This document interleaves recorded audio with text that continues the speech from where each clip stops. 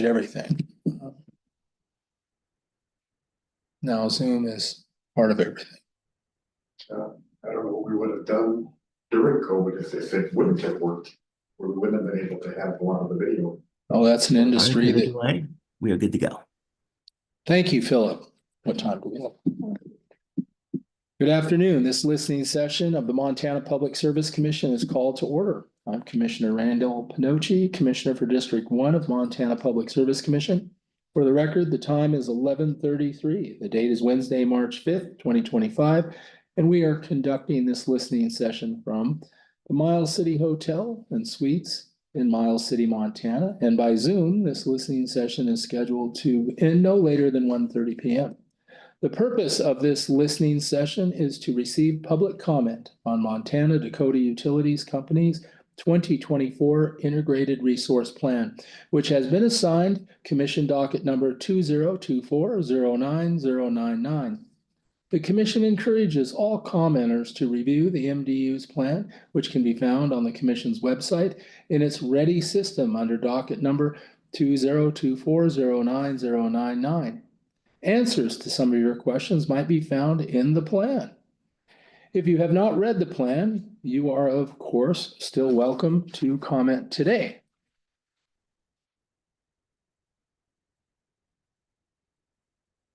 Please note that this listening session does not concern MDU's request for increased rates of natural gas service, which has been assigned docket number 2024-05061. I will ask all commenters to please stay on the topic of MDU's 2024 Integrated Resource Plan. I will now ask the Commission's legal counsel, Amanda Webster, to summarize the docket. Thank you, Mr. Chair. I'll now begin with a brief summary of the law on resource planning.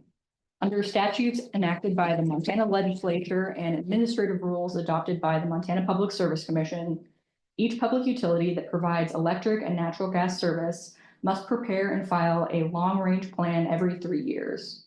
This long-range plan is known as an Integrated Resource Plan, or IRP. The planning process advances the state's interest in efficient utility operations, efficient use of utility services, and efficient rates. Among other elements, a public utility's IRP must do the following: evaluate cost-effective means to meet the service requirements of Montana customers, including end-use energy conservation or service efficiency improvements, forecast annual electric and energy demand, access planning reserve margins and contingency plans for acquiring new resources, assess the need for additional resources and the utility's plan for acquiring those resources, propose the utility's intended process to use or solicit bids for energy and capacity resources, and the IRP must describe at least 2 alternative scenarios to represent the costs and benefits of increasing renewable energy resources and demand-side management programs. The utility must fully explain, justify, and document the data and assumptions it used to develop its plan.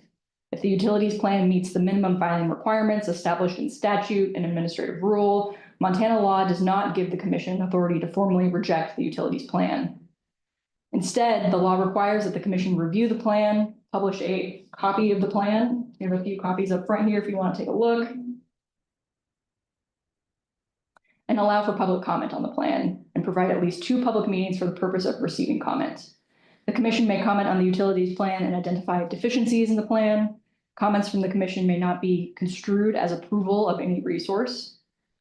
So to reiterate, the Commission is not required to approve or disapprove of a utility's integrated resource plan. The law simply requires the filing of the plan. While the Commission may make comments and identify deficiencies, which is an important tool, the Commission does not approve or disapprove of the plan. Turning now to the present docket, on September 27th, 2024, MDU filed its 2024 Integrated Resource Plan with the Commission. The 2024 plan evaluates different potential generation resources that can meet the needs of MDU's electric service customers over the next 5 years.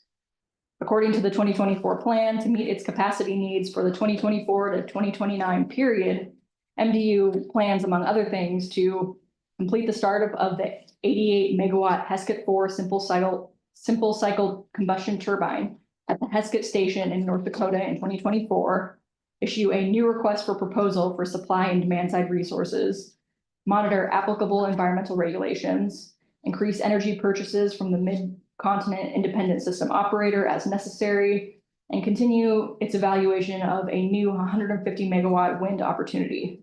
The commission issued a notice of opportunity for public comment in January of this year and a notice of listening sessions on February 12th. The law requires the commission to schedule 2 public meetings on MDU's plan, and both meetings are scheduled for today. In addition to this meeting here, another listening session will be held this evening in Glendive, starting at 5 p.m. and ending no later than 7 p.m. That meeting will be held at the Jane Carey Memorial Library in the main building at Dawson Community College, 300 College Drive in Glendive. The public is welcome to comment at the meeting in Glendive this evening, either in person or remotely. If anyone wants to sign up to participate remotely, please contact the commission by 4 p.m. today. You may email pschelp@mt.gov or call 1-800-646-6150. The commission also invites the public to provide written comments on MDU's 2024 Integrated Resource Plan. The deadline for written public comment on the plan is March 14th, 2025. Instructions for submitting written comments on the plan can be found on the commission's January 8th, 2025 notice and opportunity for public comment. The commission and its staff will review all timely submitted public comments when preparing its own comments on the 2024 plan. Mr. Chair, this concludes my summary of the matter. We are here today to listen to public comments. As a result, this meeting will not have a question and answer format. The commission and its staff will not be commenting today or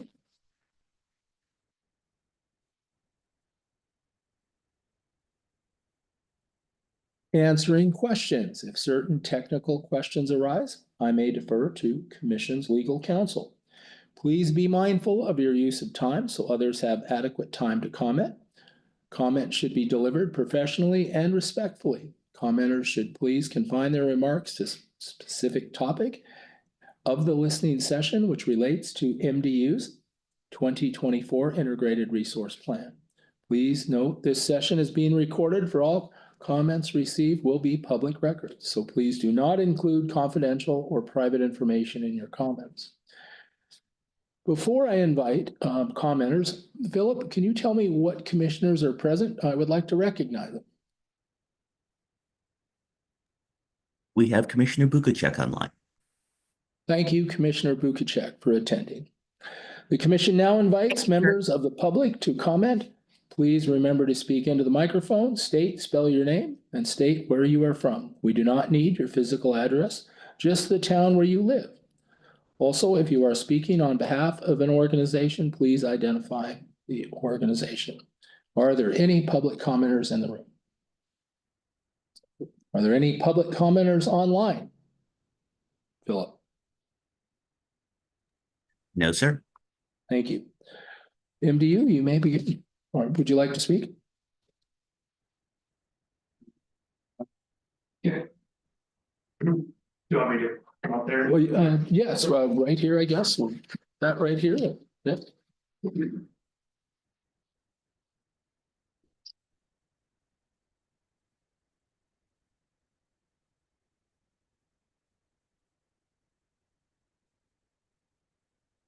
I'm just going to kind of walk through what our kind of resource plan is and kind of some of the results that we did get from it. So our integrated resource plan is basically kind of a least cost modeling approach to determine what kind of resources is the best to add to our supply. So in the resource plan, we do have our forecasted peak demand and energy requirements, which are about roughly 0.5% growth over the 20 years. We also have our customer demand and energy efficiency programs are included in that as well. Starting out, the C-Power program that we have, our commercial demand response has about 23 megawatts in it. And our interruptible demand rate has about 13 megawatts. And in the plan is to grow that to 60 megawatts. The model also includes our existing generation fleet, and it also has all the new generation options that the model can select, the MISO market, and any request for proposals if we would have any, which we didn't have for this IRP cycle. And there's also all the sensitivity studies were done as well as part of that modeling.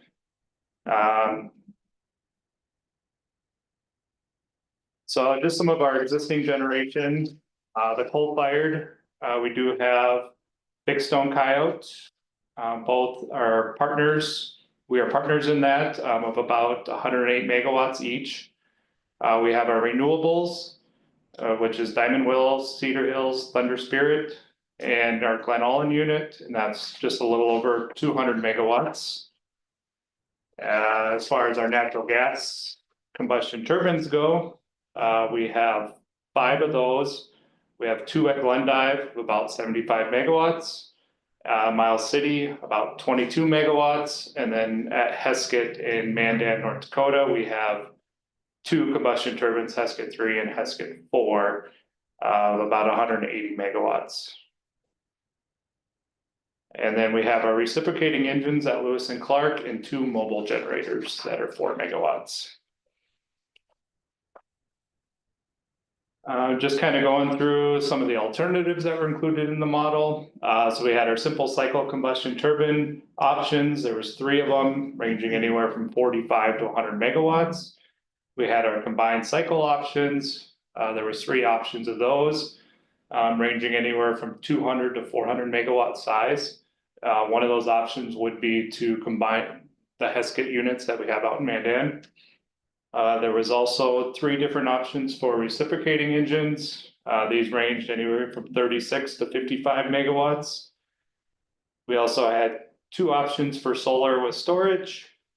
One was a 50 megawatt solar with 10 megawatt storage, and the other was 5 megawatt solar, 1 megawatt storage. We also had just a standalone storage of 50 megawatts. Wind was in the model as an option of 50 or 100 megawatts. We had the market purchase, and then we did 1 sensitivity on a new wind opportunity of 150 megawatts. It was one of the sensitivities that was done. Just kind of looking through some of the base case models. So we ended up doing 4 base case models within MISO. They're required to meet all 4 seasons: summer, spring, fall, and winter. We just did the modeling for the summer and winter, as those are more of our peak seasons. So just looking at, so we did 2 for the summer, 2 for the winter. One is our current resource adequacy methodology within MISO, and the new methodology that MISO is going to, which has been approved as of October of last year, is this direct loss of load methodology, which will start June 1st of 2028. So just kind of going quickly through some of the results of it. So the base case for the current summer, there was no need for any kind of resources to be added out until after 2034. Then looking at the summer direct loss of load base case, we had started seeing a need starting in 2028, where the model just kind of picked small amounts of purchase capacity out through 2033, and then it picked a storage unit.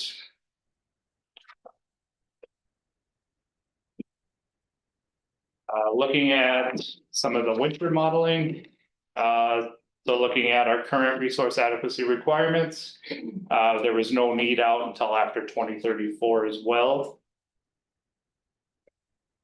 And then looking at the winter direct loss of load base case, it does select a simple cycle combustion turbine starting in 2027.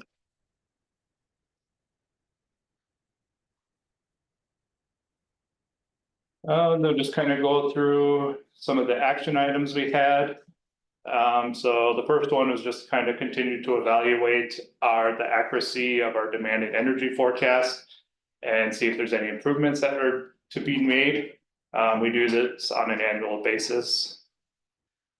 We'll also continue to look at our existing demand response energy efficiency programs. As part of this IRP, there was a new potential study that was done, and that was included in the 2024 IRP. The next one was just, which was mentioned, was just the continuing of Heskett 4 and getting that to commercial, which went commercial on July 8th of 2024. As part of the next IRP, Montana Dakota is planning to issue a request for proposal for new capacity and energy resources.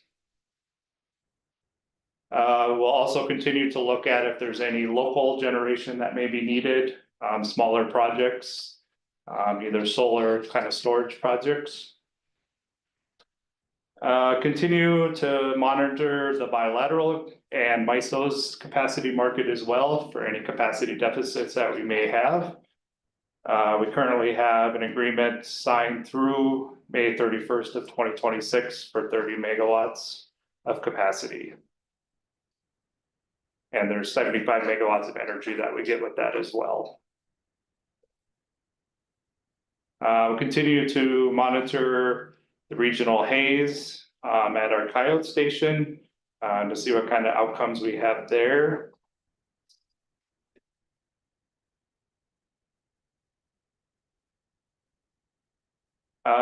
We'll also continue to monitor MISO, RTO, seeing what we may need to convert Heskett 3 and Heskett 4 to a dual fuel versus just natural gas.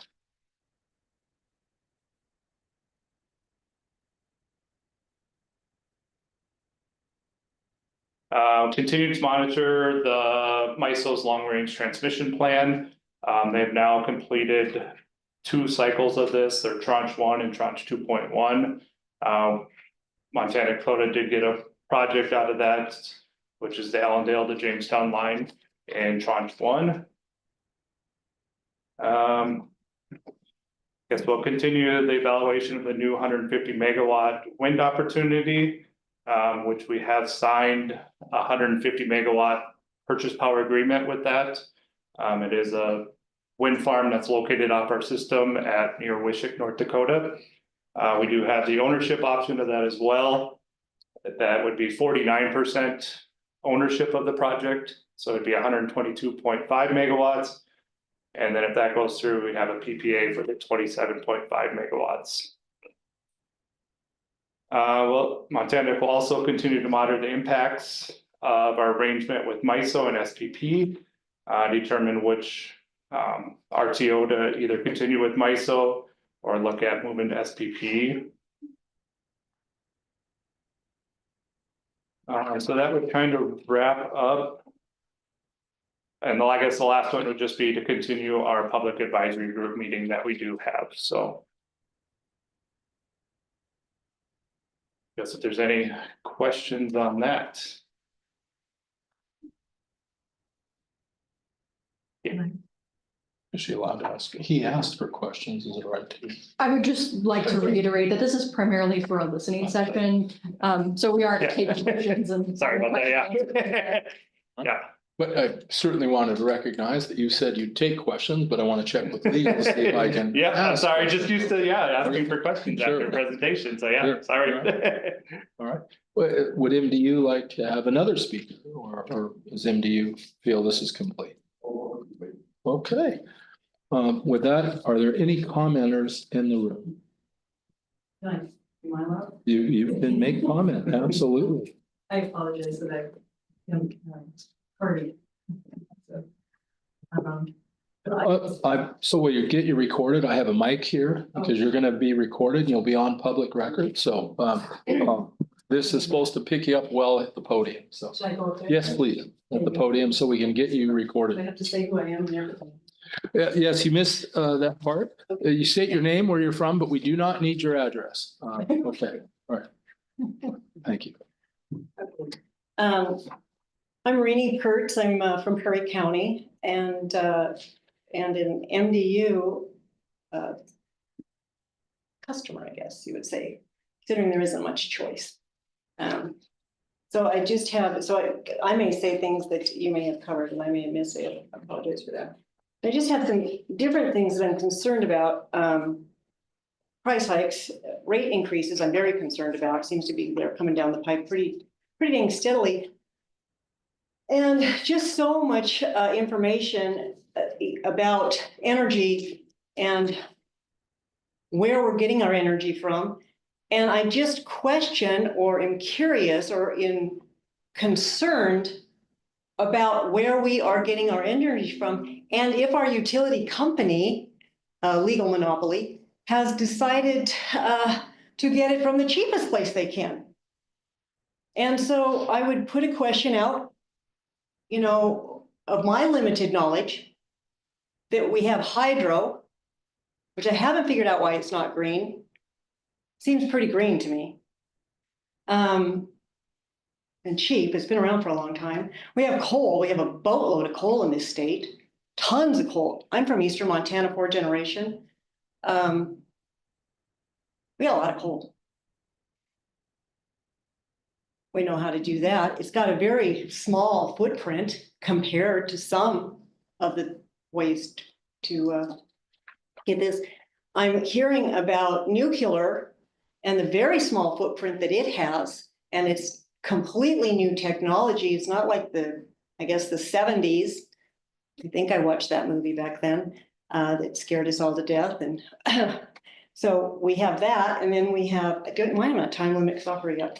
I mean, we just have all these different energies. So I'm curious what is the cheapest one out there? Because everything I'm discovering about wind and the turbines, I'm not finding it to be the cheapest, and I'm concerned about this. So looking at that an energy company would be looking at that is a little scary, especially under this administration. And finding out that they have a hard time, they cannot sustain themselves without government assistance, without government entities, without tax abatements. And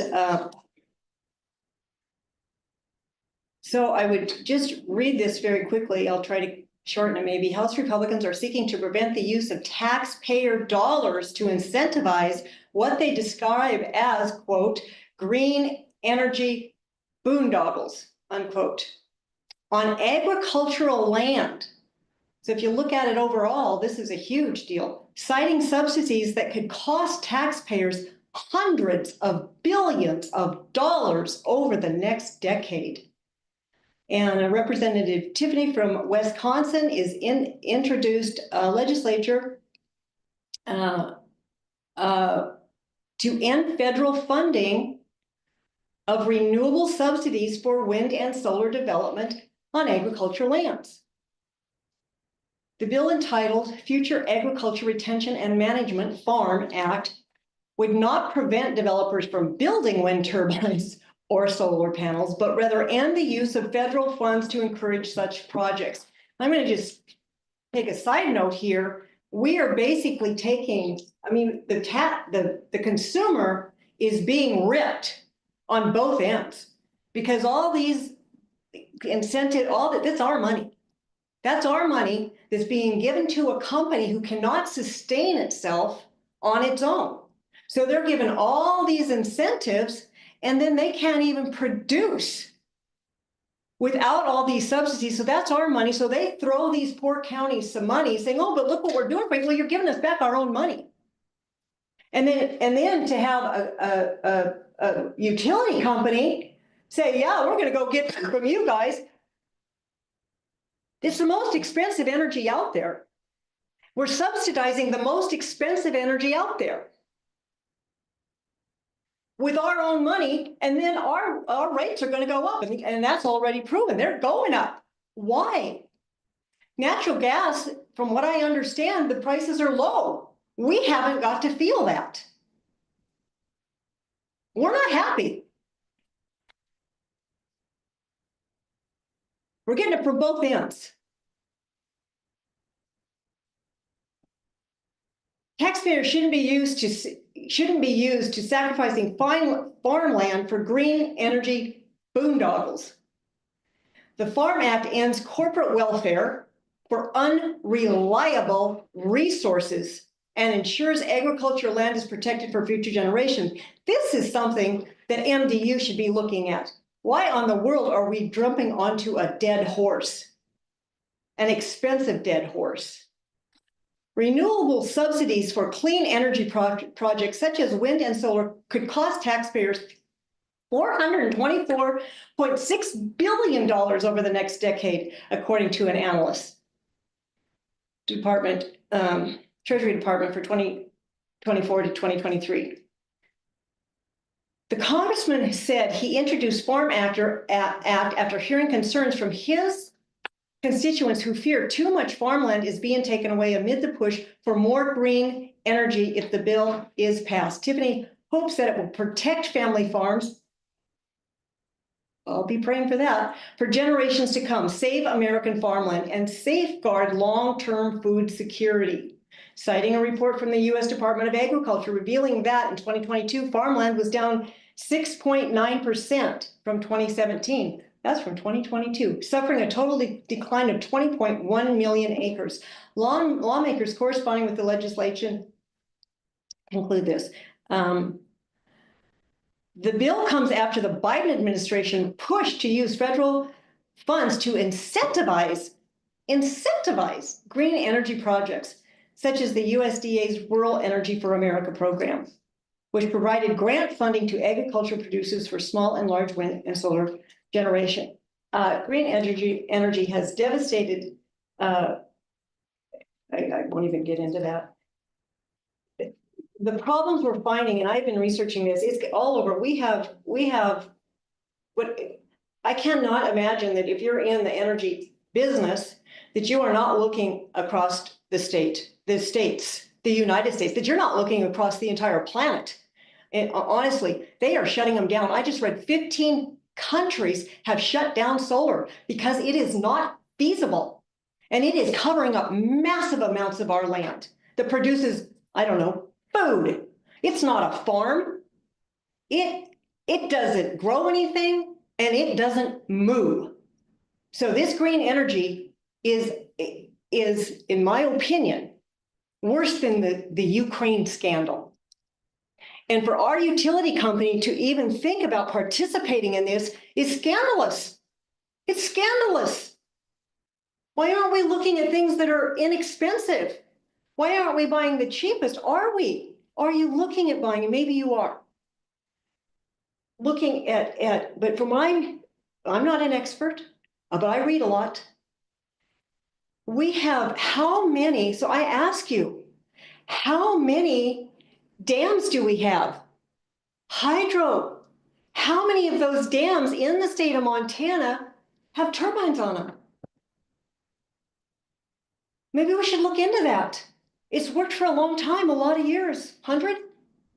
All of a sudden the fish don't know how to use the ladder? I mean, come on. Heck, coal. I worked in coal strip.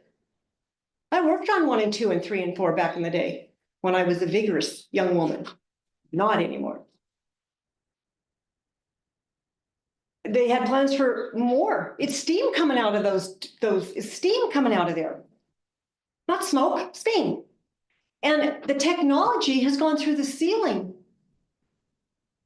From what I'm understanding, we can start 1 and 2 with new technology, with new turbines that would produce over 50% more energy than they did in the past. Are we looking at that, MDU?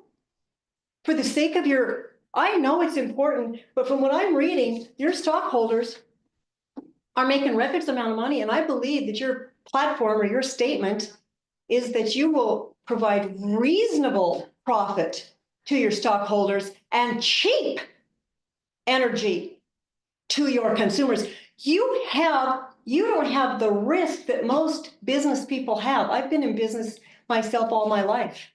I've provided for myself. And my number one concern is always my customers. I buy my product at the least I can, and I give it to my customers. I give them specials. I do reasonable. I have customer service. And you know what? They can leave me anytime they want. You don't have that risk. There is no risk for MDU. MDU is not about ready to go under. Just look at the profit gain of these companies. of your stock shareholders. Remember, we're on the other side of that spectrum, right? We're on the other side of that. And I would also remind the Public Service Commission, who continues to vote for these price hikes. These stockholders are making they're making a lot of money. They will even tell you they're making plenty of money. They're loving it. The CEOs are making plenty of money, more than reasonable. If you talk to the average Montanan, they're making more than reasonable. So I would just ask that they remind themselves that they're supposed to be providing cheap energy, and to please go and check out these other energies we have from the ones that Idaho is opening up, like in a month. And Wyoming's working on it, and other states are working on it, on these new nuclear. And so we need to be educated about nuclear, so old people like myself don't get all scared. You know, I don't believe Meryl Streep. Sorry. So what I would ask you, how many years has hydro been making energy in Montana? How can hydro not be considered green? I've asked that. With natural gas being lower, come on. Are we getting on? Everyone knows there's money to be made. The money is in the building of these wind turbines. It's not in what they produce. It's in the building of them. And they are laying they're in destruction. Who's taking care of them when they decommission or when they fall? How many times, I ask you, how many times do they get hit by lightning? And what does that cause? What is happening? What about the shedding? Go ask the farmer in New York who years ago they got hit by lightning and then it shed not only the fiberglass that's all over and ruins the fields. They come out with, hope it's a Vapor vacuum than what I think a shop vac is, but from my understanding, a shop vac, but I'm just a girl. And they're trying to clean up the farmland with a shop vac. And then they just leave and it's in disarray. And the PFAs, what about the PFAs? Have we done that? I watched oil try to come through. We put them through such scruples. And I haven't seen that at all with wind, not at all. And where are you putting these things? I did some phone calls. Where are you putting these blades? Do you know? Who's going to pay for that? The consumers? Who's going to pay for that? Are you going to bury it on the land? This toxic material that does not break down? Are you going to make the ranchers bury that? They don't have the capability or the money to do that. They're being thrown a few $1,000s or $1 million over a period of time. And then these guys leave. They sell. Go look at Angela. They sell out. NextEra sold a whole bunch of it. They're gone. We're here forever. No, you're not. You're here till you build them and make all the money. And I would hope that MDU would think twice about jumping on that bandwagon, because that's just a bandwagon that is going to hurt your consumer. Your consumer is already being hurt, and we're locked into you. We're locked into you. So please, I will finish this up. Should it not be most concerning to the Public Service Commission, as it is MDU customers, that MDU consider investigating in an energy that is not self-sustainable without several government subsidies and tax abatements, which is actually coming from the consumers? We would ask you to please investigate cheap energy that is already plentiful in our state. Montana, Eastern Montana, you know, you read all the tax incentives that they get, and they are encouraged to come into poor counties. That's a disgrace. That's a disgrace. Come into your poor counties and rape them. Throw a few pennies at them. How much of this energy is Montana getting? Are we the first on the list when there's a shortage? And let's think about our cold weather. Are y'all from Montana? Eastern Montana?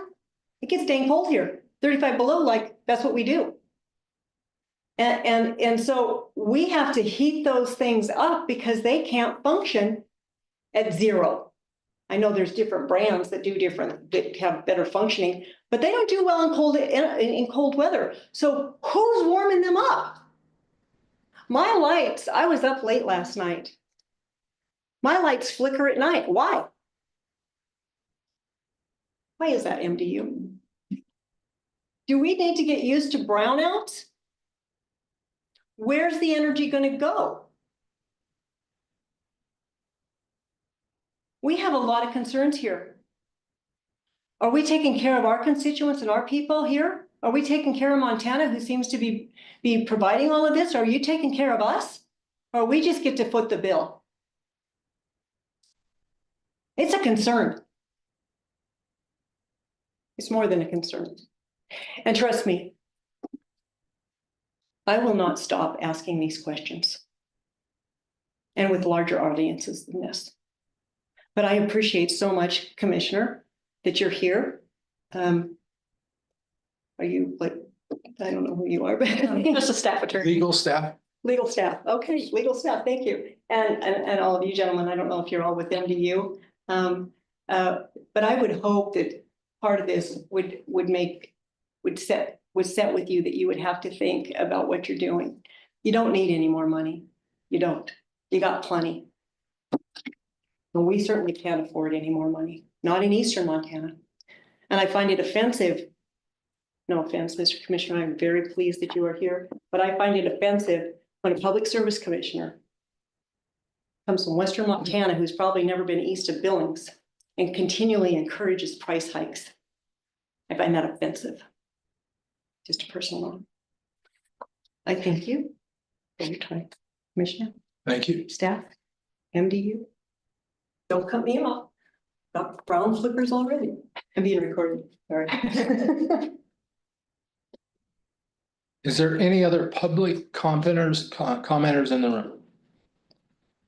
I'll check with Philip. Philip, is there any public comment online? Not at this time. Seeing no further public commenters, we are ready to adjourn this listening session. The commission will continue to accept public comment in writing or by phone.